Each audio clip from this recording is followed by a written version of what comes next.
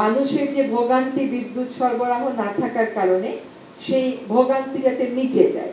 কাজে সেখানেও একটা কথা গতকাল বলা হয়েছে যে আমরা চেষ্টা করব 2-3 সপ্তাহের মধ্যে এই সমস্যাটার একটা সমাধানে পৌঁছে যেতে।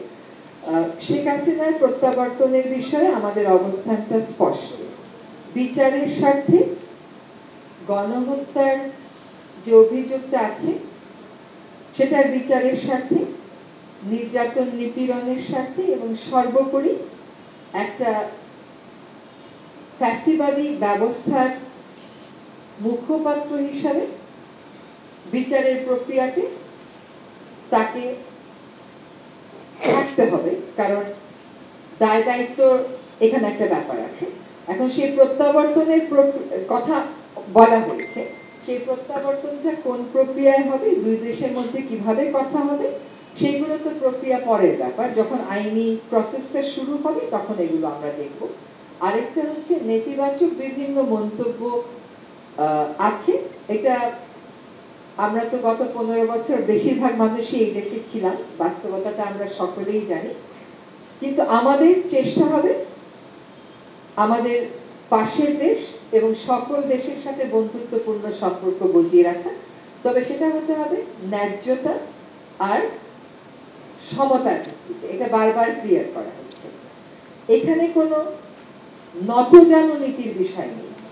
যেটা আমাদের অধিকার, যেটা আমাদের প্রাপ্য, যেটা আমাদের বিবেচনায় সঠিক, সেই কথাগুলো যেই চ্যানেলে আমাদের বলা দরকার, তা সেটা কূটনৈতিক হোক, তা সেটা রাজনৈতিক হোক, তা সেটা ব্যক্তিগত হোক, তা সেটা আন্তর্জাতিক হোক, আমরা সেগুলো বলব।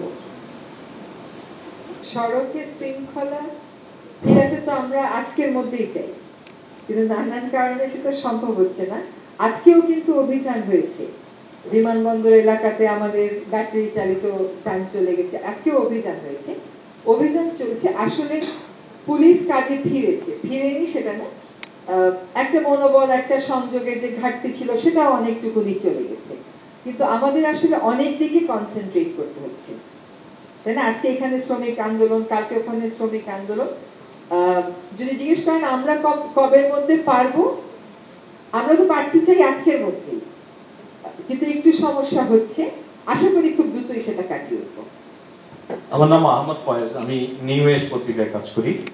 দেশে বর্তমানে ব্যাপক মাত্রায় লোডশেডিং এর ঘটনা ঘটছে, সেটা নিয়ে আজকে আপনারা কাউন্সিলের মিটিং এ কোনো আলোচনা করেছেন কিনা। এবং 3 নম্বর আমি জানতে চাই, গতকাল জাতির উদ্দেশ্যে দেওয়া ভাষণে প্রধান উপদেষ্টা 6টি কমিশন গঠনের কথা বলেছেন। এই কমিশনগুলি আসলে কিভাবে কাজ করবে, কমিশনগুলি চিফরা কি পদমর্যাদা হবেন, বা এটা ডিটেইল যদি আপনাদের কাছে কোনো কিছু থাকে। Thank you.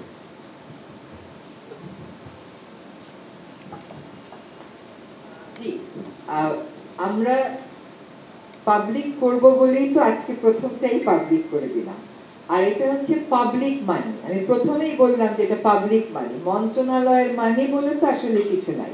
there is nothing called government money, it is public money, কাজে এটা অবশ্যই প্রকাশ করা হবে।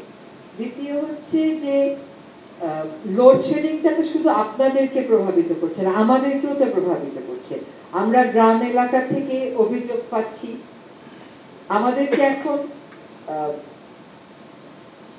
পাওনা দেনা যা আছে সব মিটিয়ে দিতে হবে। সেই মিটিয়ে দেওয়ার জন্য আমরা অগ্রাধিকারও ঠিক করছি যে কোথায় কোথায় পাওনা দেনা মিটিয়ে দিলে মানুষের যে ভোগান্তি বিদ্যুৎ সরবরাহ না থাকার কারণে সেই ভোগান্তি যাতে মিটে যায়।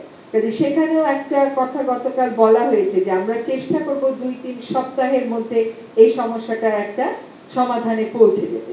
কাজে অবশ্যই সেটা নিয়ে আলোচনা হয়েছে। আর হচ্ছে 6টা কমিশনের ব্যাপারে আমরা আপাততের জন্য শুধুমাত্র যিনি নেতৃত্ব দেবেন তার নামটা ঠিক করেছি। উনি আসলে ঠিক করবেন আমাদের সকলের সাথে আলোচনা করে যে অন্য কমিশন মেম্বার কারা হবে। আর সংস্কার প্রস্তাবগুলো যেগুলো আসছে, কিছু কিছু জিনিস কিন্তু আছে, পত্র পত্রিকায় আছে, জনগণের মতামত হিসাবে আছে, কারো কারো গবেষণা হিসাবে আছে, ওইগুলো নিয়ে হয়তো ওনারা কাজগুলো শুরু করে দিবেন। এর মধ্যে কংক্রিট যে প্রস্তাবগুলো আমরা রাজনৈতিক দলগুলোর কাছে আহ্বান করেছি এগুলো চলে আসবে। ফলে ওনাদের টার্মস অফ রেফারেন্স ঠিক করতে বা কর্মপরিধি ঠিক করতে আমাদের হয়তো আরো 2 থেকে 3 সপ্তাহ লাগবে, কিন্তু আমরা মনে করেছি যে এই 2 থেকে 3 সপ্তাহ বসে না থেকে হাতে যা আমাদের আছে তা নিয়ে ওনারা শুরু করুক। এবং ওনারা কোথায় বসবেন, এটা যে মন্ত্রিপরিষদ বিভাগ সাচিবিক সহযোগিতা দিবে এটা ঠিক হয়েছে, কোথায় বসবেন এটা মোটামুটি একটা ধারণা আমরা করছি। এখন আমাদের প্রধান উপদেষ্টা মহোদয় কয়েকটা দিনের জন্য একটু জাতিসংঘে যাচ্ছেন অধিবেশনে, উনি আসার পরপরই বাকি সবটা কর্ম পরিধি এবং অন্য কারা থাকবেন কমিশনে সেগুলো ঠিক